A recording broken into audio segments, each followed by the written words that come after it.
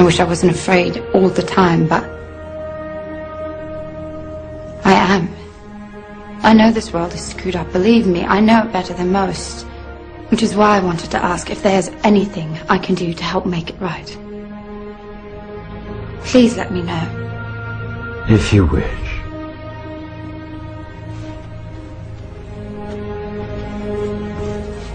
Be very universum vivus vici. By the power of truth, I, while living, have conquered the universe. Personal motto? From Faust. That's about trying to cheat the devil, isn't it? It is. And speaking of the devil, I was wondering if your offer to help was still standing. Of course. It appears that unforeseen circumstances have accelerated my original plan. As a result, I'm in need of someone with some theatrical skill. I'll do my best. I believe you will. We are consciousness. All that is, has been, and ever will be. There is nothing to fear. Whatever happens, we are always that. Mind fears, because it's programmed to fear. When we're conscious, there's no fear in this. It's a shake of the head. Pathetic. Pathetic. Pathetic. And we need to do this. Compliance. We need to challenge that. Not with violence, not even with aggression. We just need not to fight it. We need to walk away, because without our acquiescence it cannot survive. You know, when you look at a pyramid, we've been manipulated to believe the power in a pyramid is at the top. It ain't. The top of the pyramid is there because the rest of the pyramid's holding it up. We're holding this whole thing together.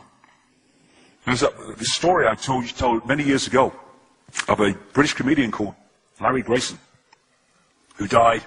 I kind of knew him vaguely, and not closely, but vaguely. And I went to his memorial service in Covent Garden, and this other comedian did this tribute to his life, in which he read out this story that Larry Grayson had told him. When they were going around the variety halls and the theatres in the 60s, they had this all-male show. And Larry Grayson was the only woman in it, because he was dressed up as a woman. And he said that the end of the show, the last scene, all the sailors, all the men came on dressed as sailors, and they were singing Rule Britannia. You know, Rule Britannia, Britannia rules the waves. Oh, I'm very pleased for you. Okay? And as it built up, Larry Grayson would come on dressed as Britannia with the helmet and the shield, and he would be manhandled up the side of this pyramid to the top for the big finish. And he said one night, he said things seemed to be going rather well. He said, and then I noticed that a sailor in the bottom left-hand corner had got rather a cough. And this cough got worse and worse and worse, to the point where the sailor couldn't stay in the pyramid anymore and stepped out of it. Larry Grayson, symbolic of this elite at the peak of the pyramid, ended up in the second row. And the elite, the power center, had done nothing to bring about this. One sailor, the bottom of the pyramid, had got a cough. And the whole thing collapsed. And I listened to that and I thought, my God, yes, that's it. We, the powerless people, are holding the powerful people up there, and they know that. They're terrified of us realizing that. Do you remember that movie, animated movie, A Bug's Life? A Bug's Life with the grasshoppers?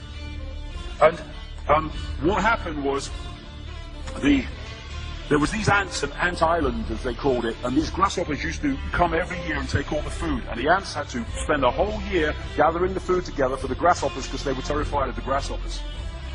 There weren't many of these grasshoppers, and one day, they're in their winter quarters in a tree, these grasshoppers, and they've got all the food they need. And someone suggested among the rank and file grasshoppers that they didn't need to go to Ant Island this year, because they had all the food they needed. And then out came the leader of the grasshoppers to tell them the facts of life, and the few are going to control the many. It's a wonderful speech. If you ever can see that movie, A Bug's Life, I do recommend it. And he said, basically, They outnumber us 100 to 1. And if ever they figure that out, there goes our way of life. So we have to keep the pressure on, basically. We have to keep them working, so they don't figure out where the real power is. And that's why this network of manipulation works so hard to keep us in these states. Like I said earlier, what are people leaving foreclosed homes for? Foreclosed by banks that have caused the unemployment that lead to them having to leave their homes. Stay there, refuse to leave, make it difficult for them. Expose them for what they are. We make it so easy, the non-compliance. No longer will we just do it because we're told to do it. Is it just? Is it right? Okay, I'll do it. Is it unjust? Is it not right? I ain't doing it. We start to make the decisions on what we will and will not do based on our values and not some imposition from the dark suits. These people are gonna give me, grant me, or grant me not my freedom. I'm all that is. You can't grant me freedom. No one can grant me freedom. I am freedom. It's what I am.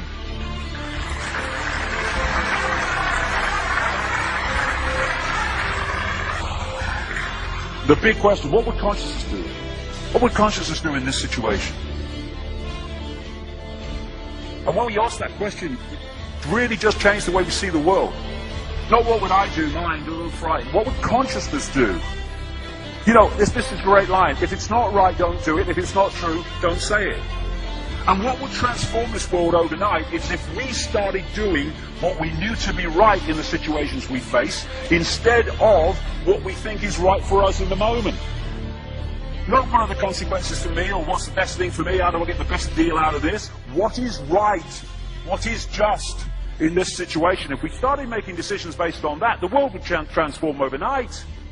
These are very simple things. If we want a world of peace, then we need to be peaceful. We don't need to fight for it. We just need to be peaceful, and we'll bring that about. If we want a world of kindness, we need to be kind, and then it will naturally unfold.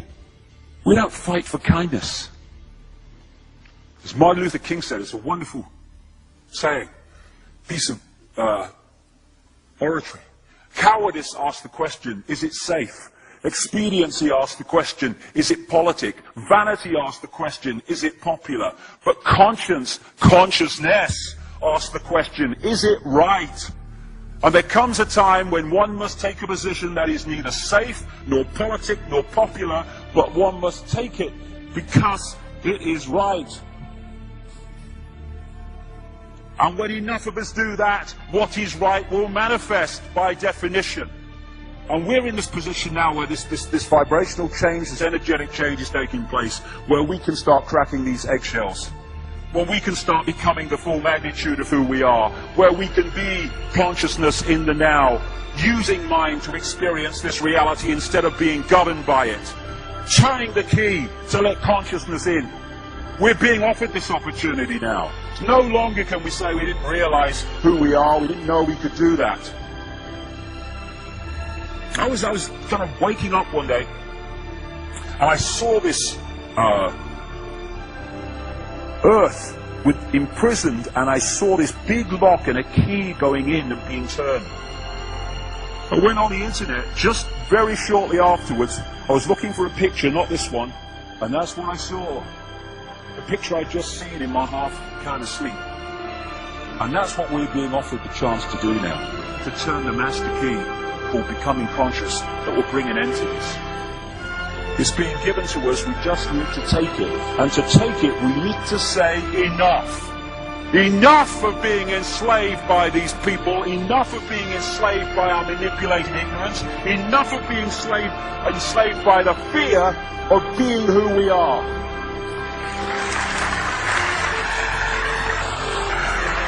Enough! It is time to fly. It is time to fly. Thank you very much.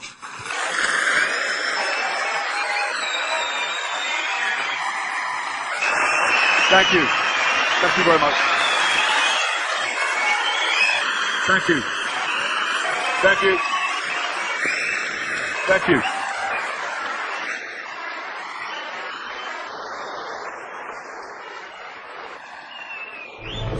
Enemy is approaching fast. Requesting orders. General, what should we do? There's no response from command or from party leader Creedy.